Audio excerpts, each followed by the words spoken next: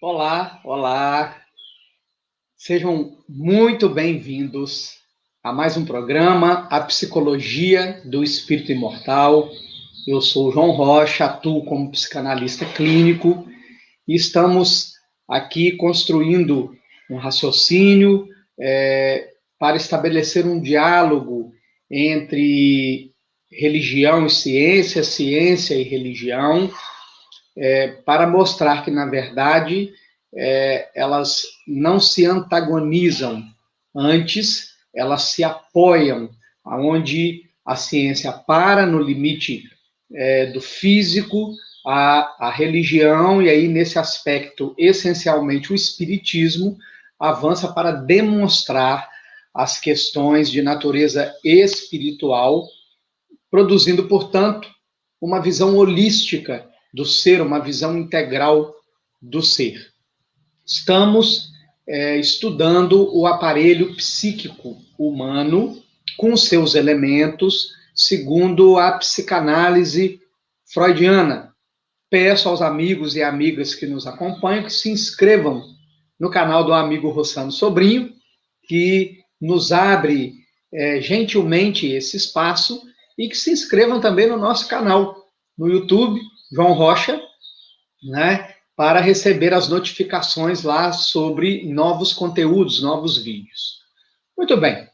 No programa anterior, nós falamos sobre as lembranças encobridoras, ou seja, aqueles períodos da infância que estão, entre aspas, esquecidos, né, dos quais, por mais que nós nos esforcemos, nós não nos recordamos, né, e que a nossa mente permite que lembranças de menor importância desse período sejam recordadas, em verdade, num mecanismo para esconder conteúdos emocionais dolorosos, que nós chamamos de trauma, né?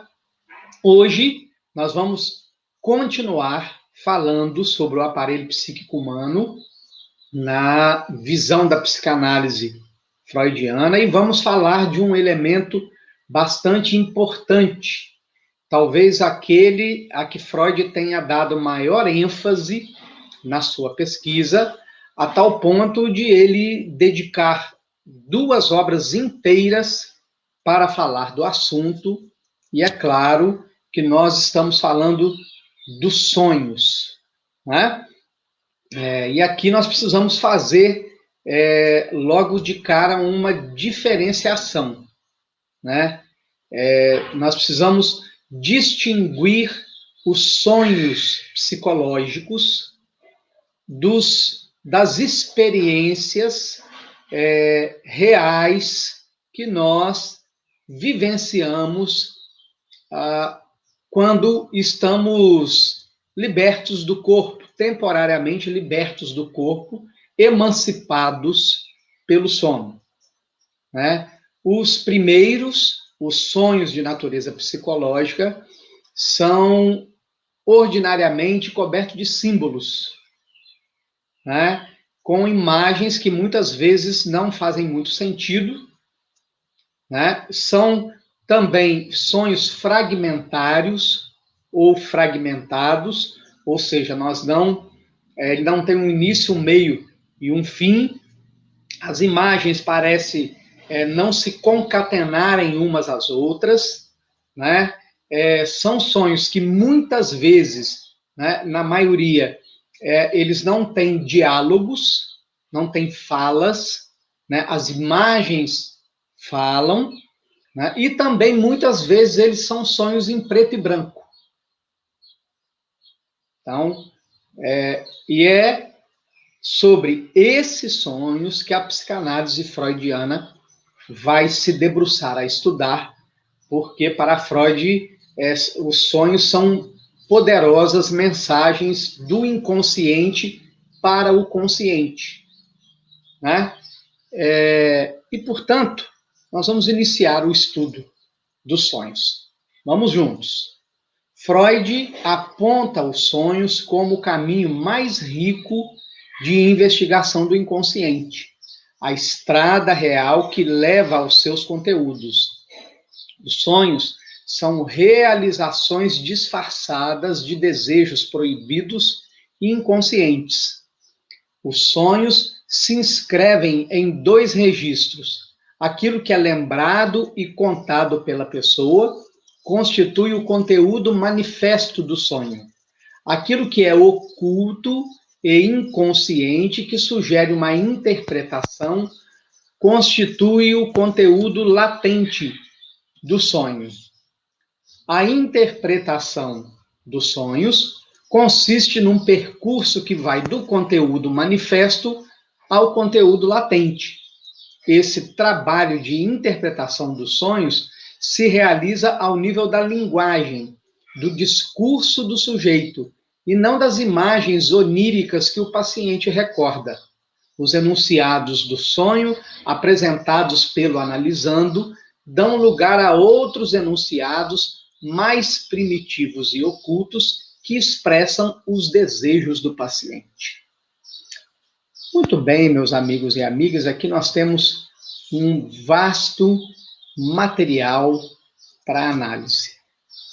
E a primeira coisa que nós precisamos compreender é a fala de Freud, de que os sonhos são realizações disfarçadas de desejos proibidos e inconscientes.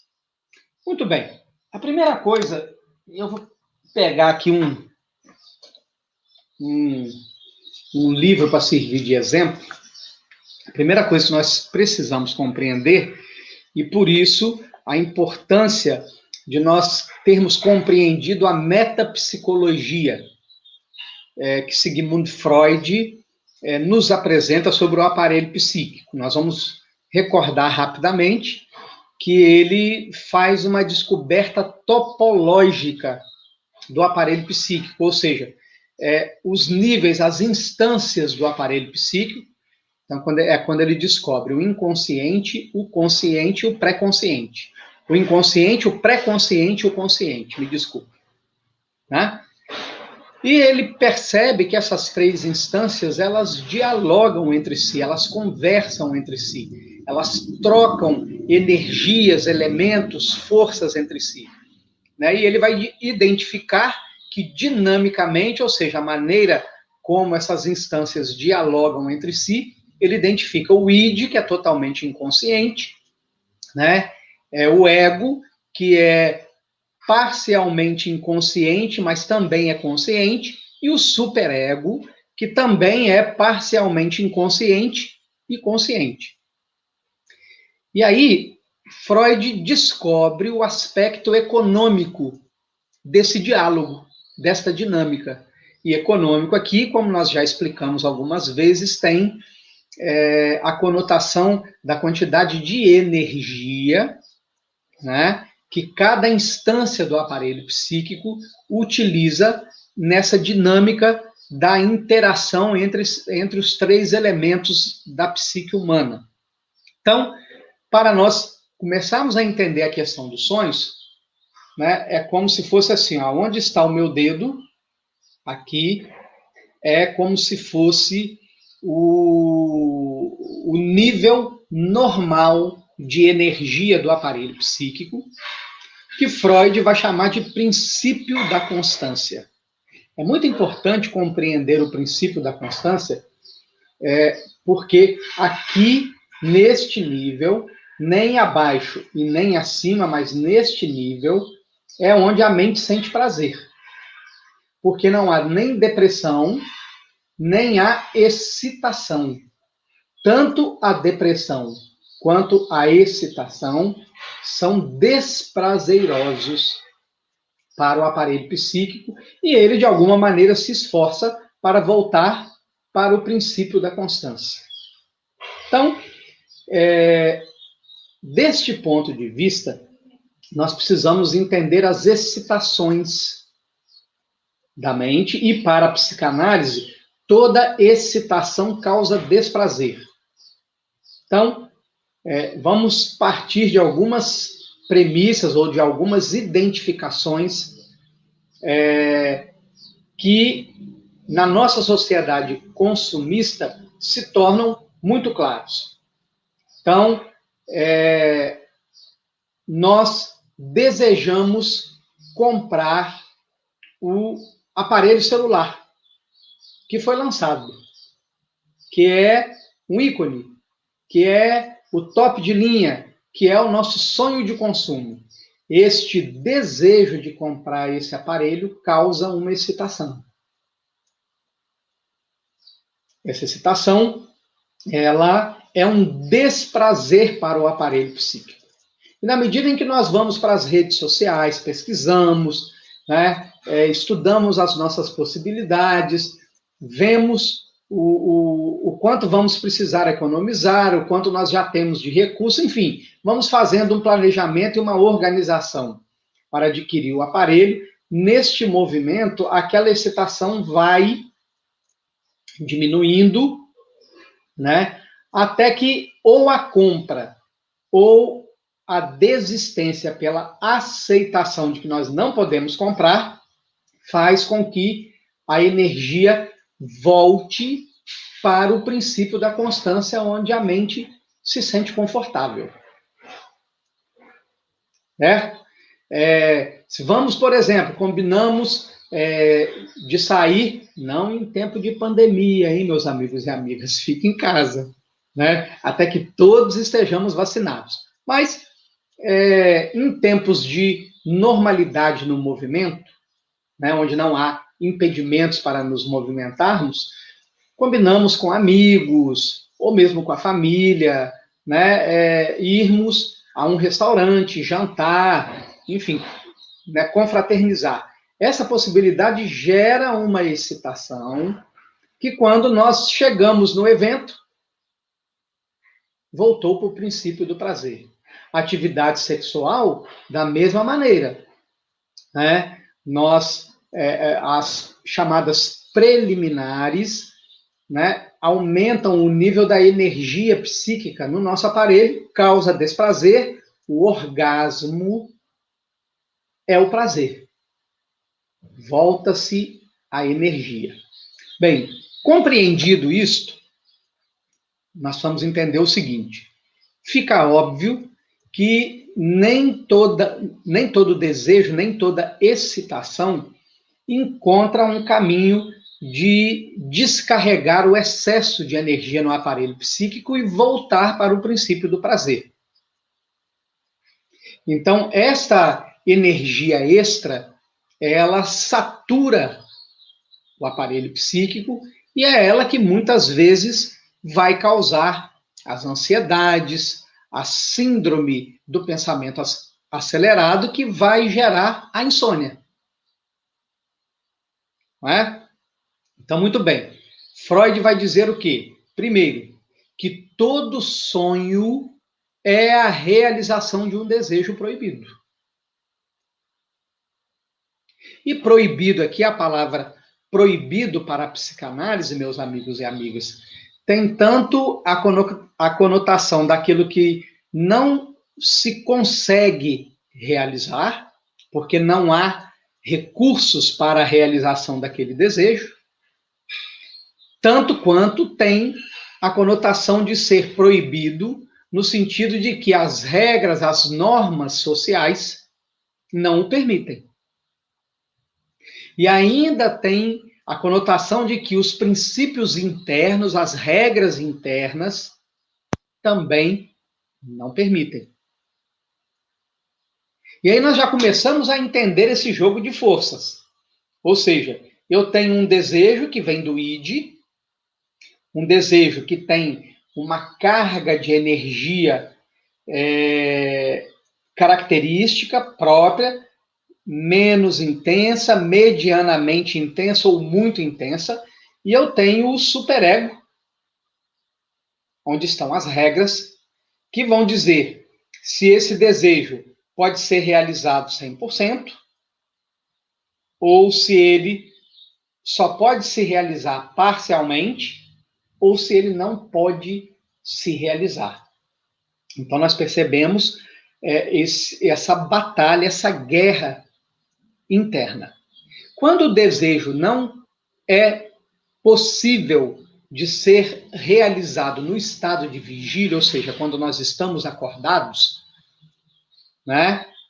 O fato de ele não ser realizado, ou mesmo as questões cotidianas do dia a dia que nos exigem a atenção e a concentração, nos fazer muitas vezes desviar a nossa atenção daquele desejo, não significa que a carga de energia daquele desejo ela foi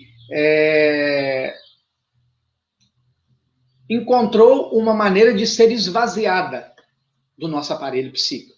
Quando nós dormimos e que a nossa atenção agora não está mais nas questões cotidianas, aquele desejo volta. Né? E é aí que os sonhos são elaborados. Primeiro, Freud vai dizer que os sonhos existem para proteger o sono.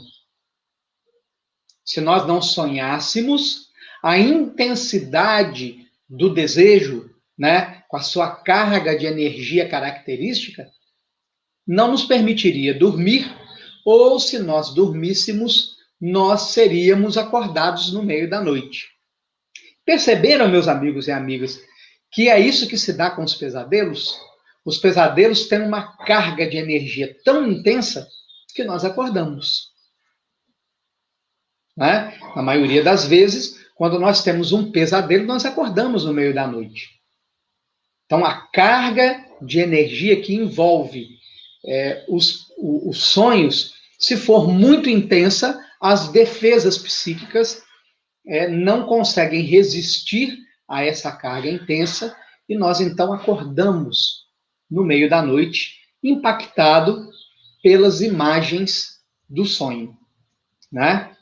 E aí vocês perceberam aqui no texto que o texto nos aponta que aquilo do qual nós recordamos em relação ao sonho é o que a psicanálise, é o que Freud chamou de conteúdo manifesto. Então, o conteúdo manifesto é aquilo que eu lembro, é aquilo que eu conto, é aquilo que eu falo a respeito do sonho. Mas o conteúdo manifesto não é o conteúdo original. Não são aquelas imagens que eu me recordo que deu origem aos sonhos. O que deu origem ao sonho, Freud vai chamar de conteúdo latente. São desejos, pensamentos, sentimentos, emoções inconscientes. E aí vocês vão se recordar que lá atrás nós contamos uma história que, por analogia, Freud estabeleceu para explicar essa dinâmica do relacionamento entre as instâncias do aparelho psíquico. É como se nós fôssemos dar uma festa, né? Nós estabelecêssemos ali quem serão os convidados, como eles deverão se vestir, que horas eles deverão chegar para a festa, e para que essas regras sejam cumpridas, né, é preciso ter um segurança. Porque se não tiver um segurança, qualquer pessoa que estiver passando na rua, vê uma festa acontecendo e vê a porta aberta, sem um vigia, as pessoas entram e vão se aproveitar da festa. E é claro que elas vão trazer uma espécie de incômodo, de prejuízo para a festa. Seja porque a quantidade de alimentos não estava prevista para os penetras, seja porque os penetras vão causar incômodo porque não vai ter lugar para eles não estavam, entre aspas, convidados para a festa, programados para a festa, seja porque eles não vão estar trajados adequadamente para a festa e eles vão chocar os convidados. Então precisa ter um vigia. Nessa analogia, né, a festa, o salão de festa, é a nossa consciência. O vigia da festa é o superego, é a nossa censura. É o conjunto de regras, de leis, dos padrões morais, éticos, sociais, pessoais e familiares que nós absorvemos especialmente na primeira e na segunda infância. E os penetras seriam os desejos proibidos, os pensamentos proibidos, as emoções proibidas, os sentimentos proibidos. Muito bem. Hoje, meus amigos e amigas, demos a primeira pincelada sobre os sonhos, né? No próximo programa, vamos continuar falando sobre esse fascinante assunto. Inclusive, na medida em que o assunto for se desenvolvendo, nós vamos trazer estudos de caso para compreendermos na prática, na realidade, o que tudo isso que nós estamos começando a falar hoje se aplica, ok? Um forte abraço a todos, até o próximo programa. Mais uma vez, recomendo que se inscrevam no canal do amigo Rossano Sobrinho e se inscrevam também no nosso canal. Forte abraço a todos!